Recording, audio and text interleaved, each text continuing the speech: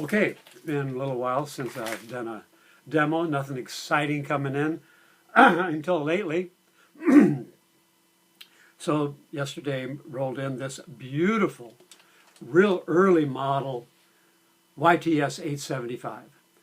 One of my favorite saxophones in the world. I played one of these for like 10 years, and finally one of the local hotshot teachers needed something to tour with without taking her, 5-digit Mark 6 with her, and needed something close to that. And if this is the closest we could come to a 5-digit Mark 6, is the Yamaha Custom. They were going after Selmer with this model.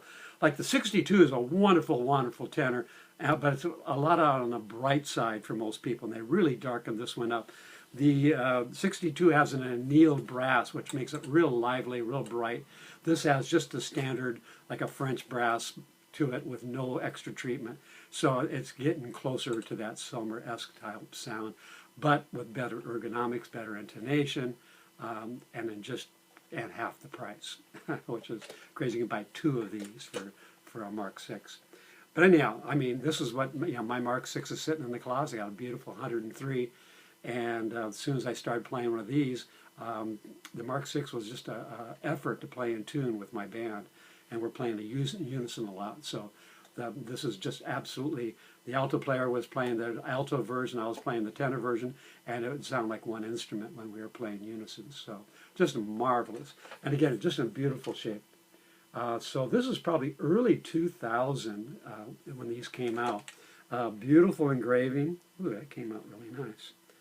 Up and down the bell, bottom bow, no damage. Up and down the back side, but they're usually obliterated with scratches, hardly anything. Just a little bit of scratching right through here on the normal spots from the strap and etc. But not a dent in it.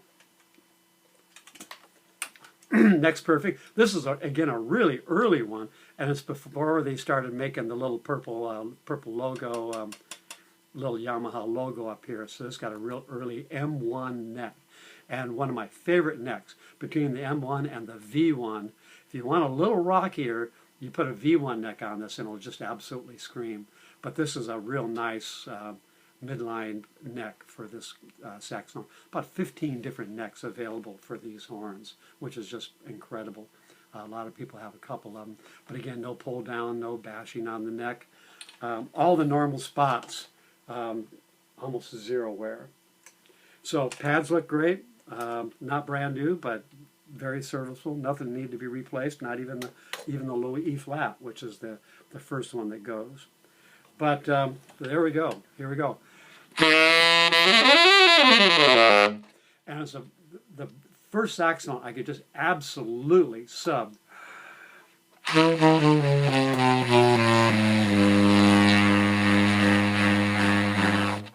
Right down to that low B flat. Just get the most sultry.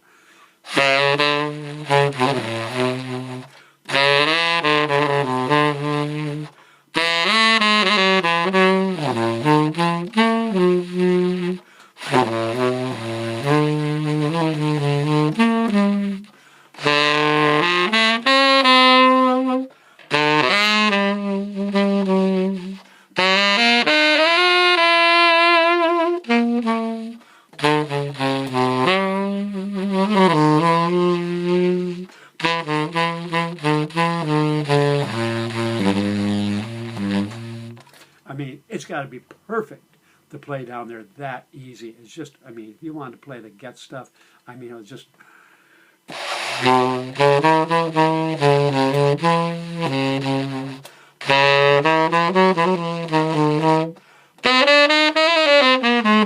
It can really punch if you wanted to.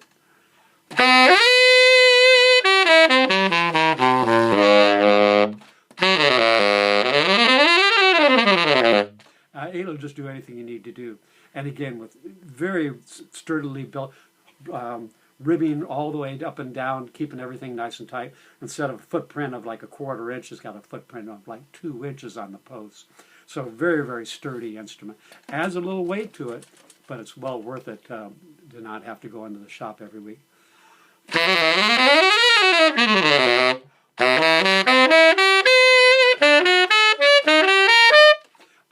I never even took the tuner with me. And the kid sitting next to me had his tuner on, and I'm going, and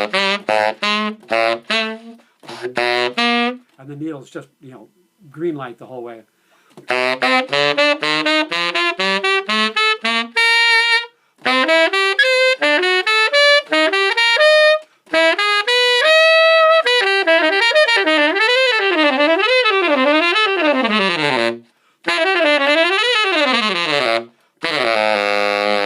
And the perfect action, I mean, the strings are not too tight, not too loose. I had a balanced action where you couldn't play it like this because of the springs couldn't bring the keys up because of the gravity. And I've had them so heavy that it actually hurts to play. So this is right in between. It's kind of just barely broken in.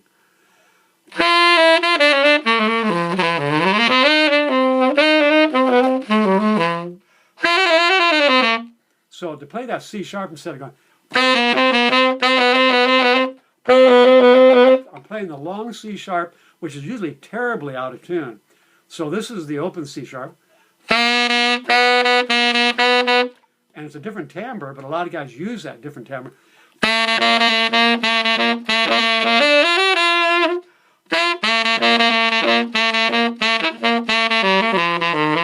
So you can do that on a...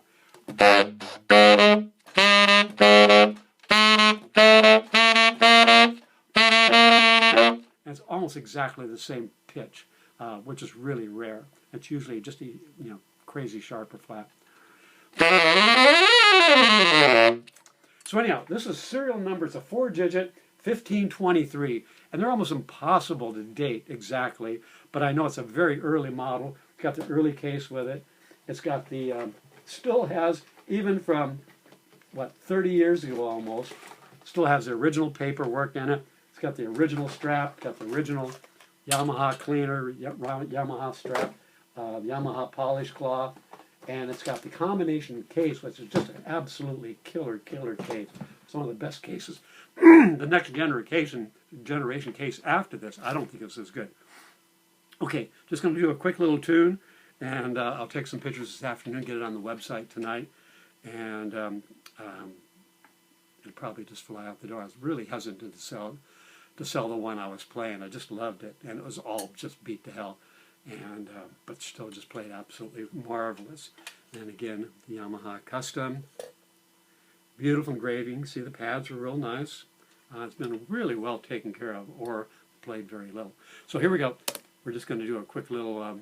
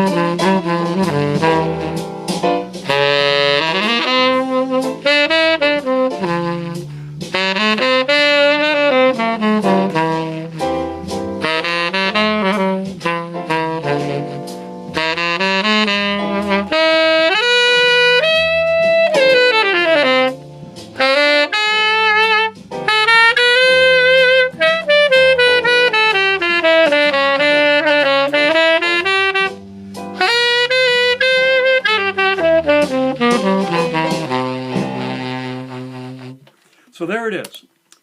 Yamaha YTS. Don't start on me now. I don't know where this lady gets her thing, but she's up every other time. Stop, stop, stop. You can't even stop her videos. Anyhow, let's just turn this off. There it is.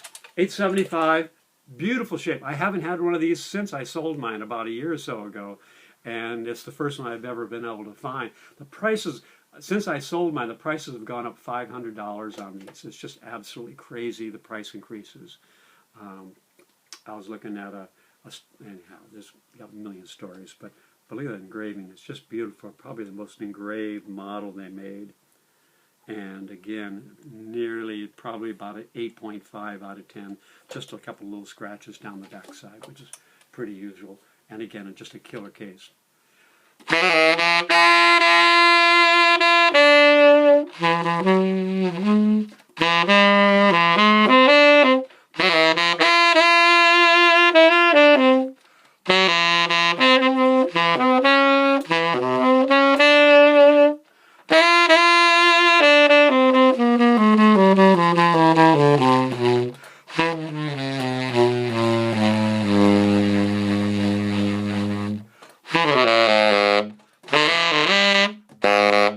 I mean, you can play any kind. It's funny because they call this the classical horn, the 875 series, and the Z series, which I also have, which I'm just going to be overhauling one of those. They call it the jazz horn, but it's just ridiculous. To me, it's the difference between a violin and a fiddle. It just depends on what kind of a mouthpiece and how the player is going to play it. But this could do anything from classical to jazz to rock, whatever you want to do. The guys up at Tower Power up in Oakland now are both playing custom series Yamahas, and they could have picked anything in the world. So anyhow, there it is. All